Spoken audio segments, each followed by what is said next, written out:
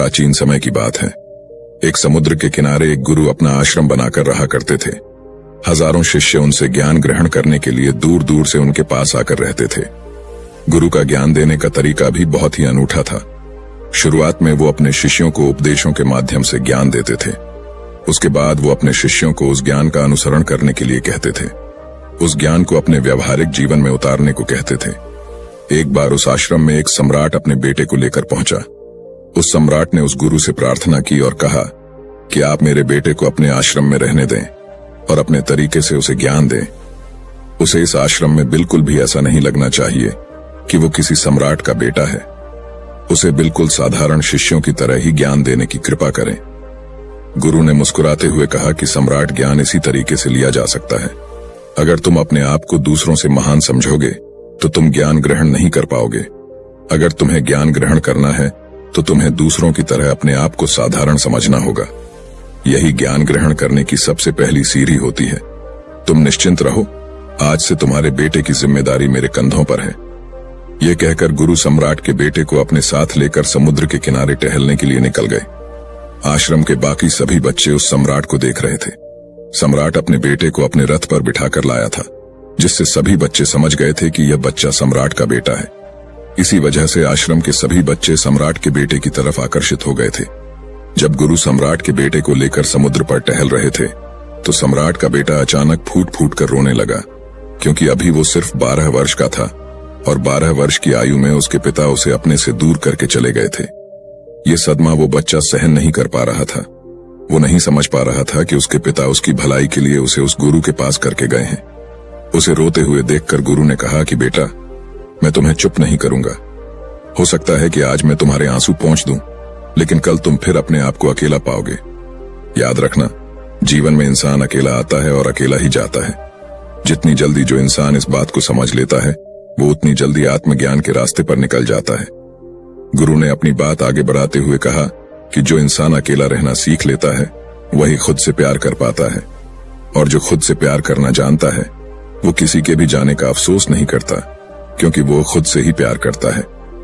धीरे धीरे तुम आश्रम के माहौल में ढल जाओगे। शुरुआत में तुम्हें समस्या आ सकती है, लेकिन कुछ दिनों के बाद तुम इसे आत्मसात कर लोगे। उसके बाद तुम्हें यही जगह बहुत अच्छी लगने लगेंगी। ये जगह तुम्हें अपने महल जैसी लगने लगेंगी। संध्या हो चली थी। समुद्र के दूसरे छोर पर सूरज छिपने लगा था और अपनी लालिमा पूरे आसमान में बिखेर रहा था। बहुत ही सुंदर दृश्य था और गुरु शिष्य को अपने साथ लेकर आश्रम में वापस लौट आए। उस शिष्य को भी सांत्वना मिली, क्योंकि गुरु की आंखों में एक अभूतपूर्व शांति झलक रही थी। और जब हम किसी एकांतवासी गुरु की आंखों में वो शांति देख लेते हैं तो हमारे हृदय से भी सारा भार हट जाता है। मन एकदम निर्मल हो जाता है। जब सम्राट का बेटा रात्रि का भोजन करने के लिए भोजन कक्ष में पहुंचा तो आसपास के सभी शिष्य उसके पास आने लगे। उन सभी को पता था कि यह सम्राट का बेटा है और अगर हम इससे दोस्ती कर लेते हैं तो उससे हमारा बहुत फायदा होने वाला है। यही सोचकर आश्रम के ज्यादातर शिष्यों ने उसे घेर लिया था।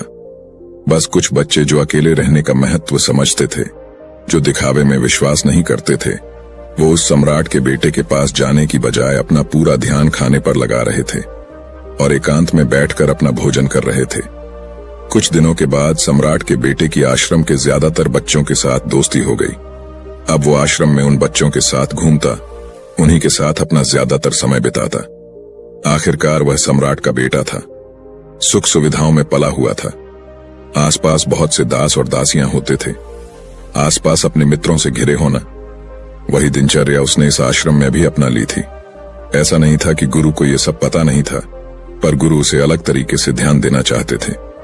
बच्चों को ज्ञान आप उपदेश देकर नहीं दे सकते, उन्हें साक्षात्कार कराना होता है। उसके बाद उन्हें वो बात समझ आती है जो आप समझाना चाहते हैं। गुरु को ये बात पता थी कि अगर मैं इसे बोलकर बताऊंगा तो ये कभी समझ नहीं पाएगा। मुझे ऐसे दिखाना होगा, इसे एहसास कराना होगा कि अकेले रहकर तुम अपनी शक्तियों को जान पाओगे। ये सीख देने के लिए गुरु एक दिन उस शिष्य को अपने साथ एक ऊंची चोटी पर ले गए। चोटी पर पहुंचकर गुरु ने उसे शिष्य से कहा कि अब तुम्हारा ज्ञान पूरा हो चुका है, बस एक आखिरी रात तुम्हें यहाँ पर बितानी होगी। उसके बाद अगले दिन शाम को मैं तुम्हारे राजमहल में तुमको पहुंचा दूंगा। वो बच्चा तो ये सुनकर बहुत खुश हो गया कि अब मैं वापस अपने राजमहल चला जाऊंगा। फिर से मेरे दास और दासियां, सारी भोग की वस्तु ये मेरे पास होंगी। उस शिष्य ने गुरु से पूछा कि गुरुजी, मुझे आज रात आप यहाँ चोटी पर क्यों रहने को कह रहे हैं? आखिर मुझे कौन सा आखिरी ज्ञान यहाँ से मिलेगा? गुरु ने मुस्कुराते हुए कहा कि यहाँ पर चट्टान के पीछे तुम्हें छिपकर बैठना होगा। यहाँ पर रोज रात को एक बाज आता है। बाज को देखना है, बहुत गौर से देखना है, हर गतिविधि देखनी है, और उस बाज को देखने के बाद अगले दिन अगर तुम उस बाज की खूबियां मुझे बता पाए तो मैं तुम्हें तुम्हारे राजमहल वापस भिजवा दूंगा। और हाँ, सुबह आने से पहले एक बात पर और ध्यान देना है। एक चरवाहा यहाँ पर अपनी बकरियों को चराने के लिए आता है। तुम्हें उन बकरियों की गतिविधियां भी देखनी है।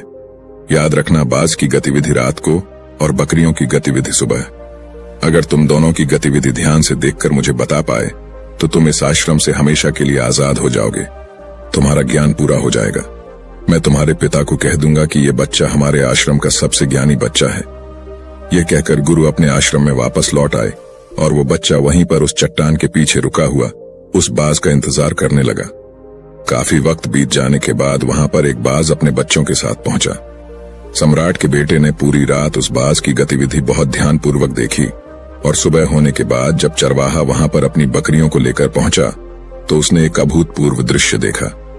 उसने देखा कि वो बाज बकरी के एक मेमने को अपने पंजों में दबाकर आसमान में चला गया। उसने उस बकरी के बच्चे का शिकार कर लिया था। ये सारा दृश्य देखकर वो बच्चा आश्रम में वापस अपने गुरु के पास पहुंचा। इससे पहले कि गुरु उससे कुछ पूछते, उसने गुरु को प्रणाम करते हुए कहा कि गुरुदेव, आप आश्रम के सभी बच्चों को यहाँ पर बुला लीजिए। मैं सब लोगों को बताना चाहता हूँ कि मैंने क्या देखा। जब आश्रम के सभी बच्चे वहां पर पहुंच गए तो उस सम्राट के बेटे ने कहना शुरू किया कि मैंने अपने जीवन में बहुत से पक्षियों को देखा है, लेकिन बाज उन सभी पक्षियों में से सबसे अद्भुत और सबसे अलग होता है। उदाहरण के लिए एक तोता हम सभी ने देखा है। तोता बोलता तो बहुत है, लेकिन कभी ऊंचा आसमान में नहीं जा पाता। लेकिन एक बाज जो कि हर समय शांत रहता है, वो आकाश को भी छू सकता है। उसमें आकाश को छू लेने का सामर्थ्य होता है। जब भी एक बाज अपने शिकार को निश्चित कर लेता है तो वह उसी शिकार पर अपनी नजरें लगाए रहता है, चाहे वो कितनी भी ऊंचाई पर क्यों ना हो, चाहे कितना भी खतरनाक तूफान क्यों ना आ जाए, लेकिन उसकी नजर हमेशा अपने लक्ष्य पर स्थिर रहती है। आज सुबह जिस बाज को मैंने देखा, उसने हर बकरी को अपना शिकार नहीं बनाया, बल्कि उस बकरी के झुंड में से उसने उस बकरी के मेमने को अपना शिकार बनाया। पहली बात, उस बाज की तरह हमें भी अपना ध्यान अपने एक ही लक्ष्य पर स्थिर रखना चाहिए, चाहे कितनी भी रुकावट क्यों ना आए।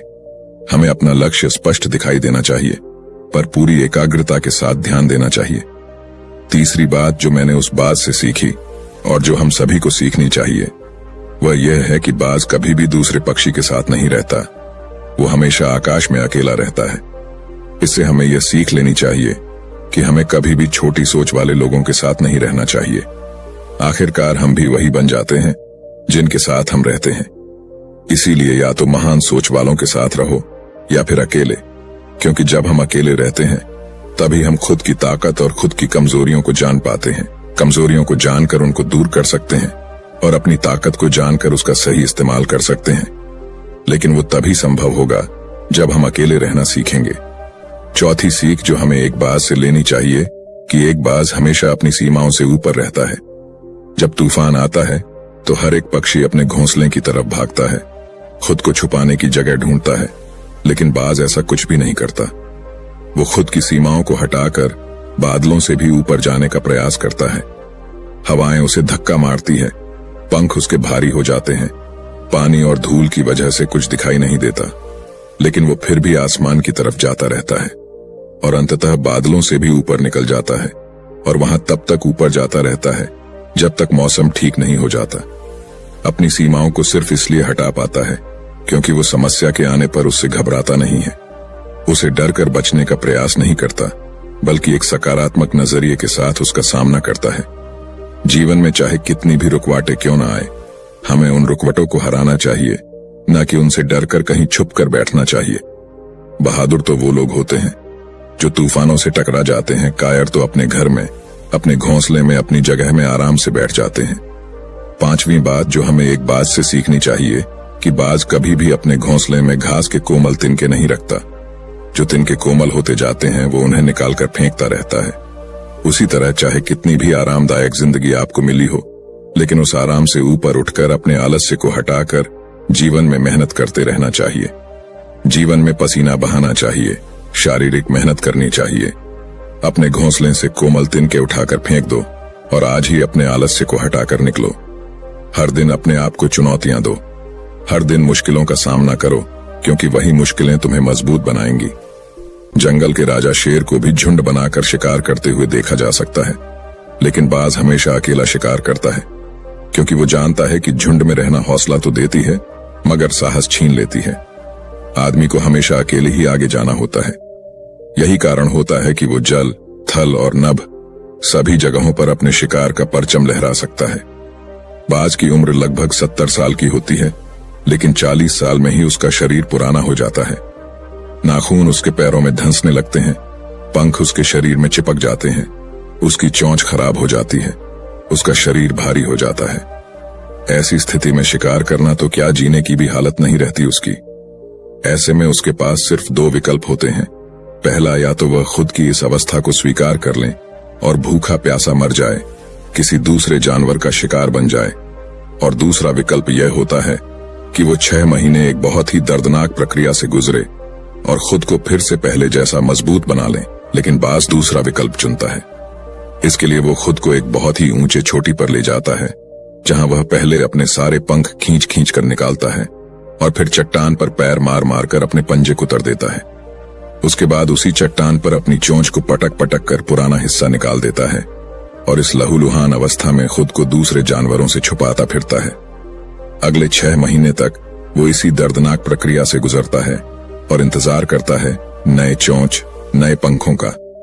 तब फिर वो अपनी नई जिंदगी शुरू करता है और निकल जाता है अपने शिकार पर और अगले 30 सालों तक फिर से राज करता है।